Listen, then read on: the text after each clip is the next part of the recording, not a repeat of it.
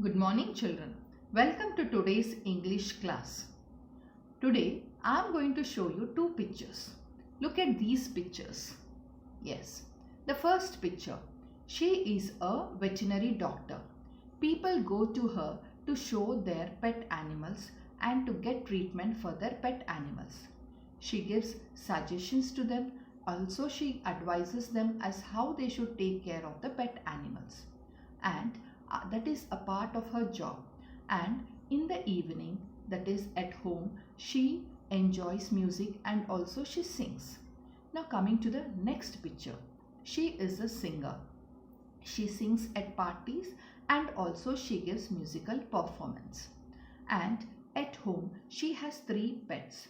She takes care of those pet animals. She reads lot of books on animals as how she should take care of the pet animals. Now, children, tell me what is the similarity between these two people? Yes, very good. Your guess is correct. Absolutely right, children. Yes, here these two people, they both of them have a similar quality, or both of them take care of pet animals, and also both of them sing, isn't it? Now, the other thing is that the job done by one is the free time activity of the other, isn't it? Yes. Now, we do so many activities from morning till evening or till night, isn't it? So there are many activities which we do it. We do certain activities as a part of job, and we do some other activities. Why we do the other activities? Because we enjoy doing those activities. So we do certain activities in our free time. So that free time is called as leisure time, isn't it? Now, as we do so many activities in our leisure time, so the activities which are done in our leisure time, they are called as leisure time activities. Now we are going to read a beautiful poem, that is from block 10, Xseed leisure poem, which is written by William Henry Davies. Now you can see the picture of William Henry Davies, children. So now let us read the poem. Before we read the poem, let us know the keywords which are there in the poem. So what is the first word, children? Leisure. What is the spelling? Leisure. Leisure means free time. Okay, leisure means free time. So I do so many activities in my leisure time. Clear? Now the next word, stare. Stare means to look at someone without blinking. You can see the lady, she's staring. Okay. Now the next one is woods. Woods means forest. Woods means forest. My grandparents stay near the woods. Okay. Boughs. Boughs refers to main branches of a tree. You can see the picture, the main branches of a tree. Now we'll move on to the next slide to see some more keywords, children. Stream. Stream is the rivers. Now next one is theme. Theme means what is the main idea or central idea of the poem or the lesson. Okay. Now the next word is nature. So what does this nature mean? Nature is the earth and the things which are there in it, on the earth. So that is nature. Leisure. What is this life if full of care? We have no time to stand and stare. No time to stand beneath the boughs and stare as long as sheep or cows. No time to see when woods we pass, where squirrels hide their nuts in grass. No time to see in broad daylight streams full of stars like skies at night. No time to turn at beauty's glance and watch her feet how they can dance. No time to wait till her mouth can enrich that smile her eyes began. A poor life this if, full of care, we have no time to stand and stare. So this is written by William Henry Davies. Now let us move on to the first lines, children. What is this life if? Full of care. So full of care means too busy. So here the poet says this to the readers. So he says that what is this life full of care? Full of care means too much busy. He says that the human beings, they are very busy in their job and they don't get enough time to, or they don't take out time to do other activities which they love to do it, or they don't take out time to enjoy the nature. We have no time to stand and stare. So what do they say? As they are very busy, they say that we don't have time to stand and stare at the things, stare at the nature, look at the nature, or enjoy the beauty of the nature. No time to stand beneath the boughs and stare as long as sheep or cows.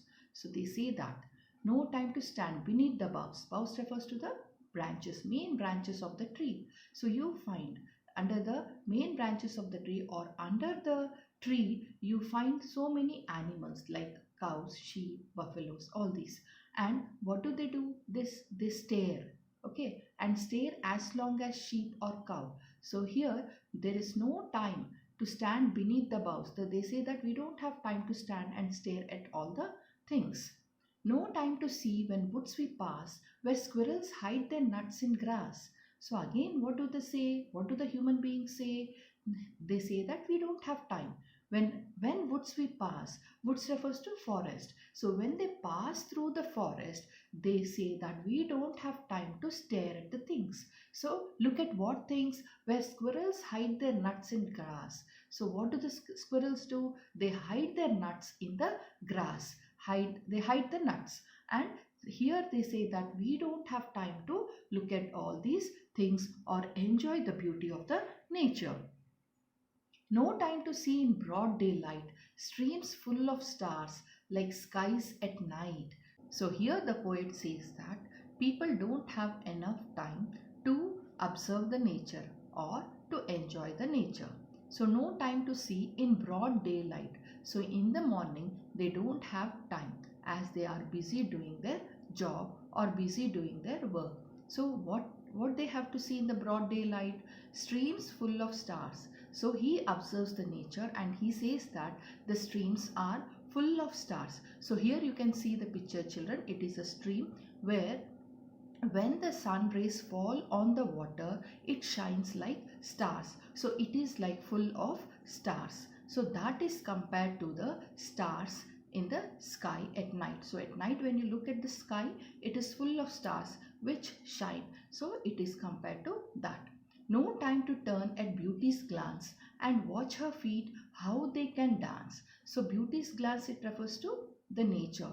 So the people don't have, the human beings, they don't have time to enjoy the beauty of the nature. Just to give a glance also they don't have time. And watch her feet how they can dance. So it is the different aspects of the nature, that is watch her feet, dance. Okay, so they don't have time to enjoy the nature. No time to wait till her mouth can enrich that smile her eyes began.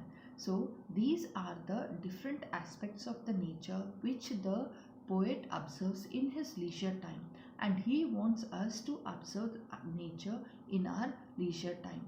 But what the human beings do, they always say that they don't have time. No time to wait, no time to see, no time to turn at beauty's glance. Okay, now see the last one. A poor life this is, full of care. We have no time to stand and stare. So a poor life this if. So what does the poet says?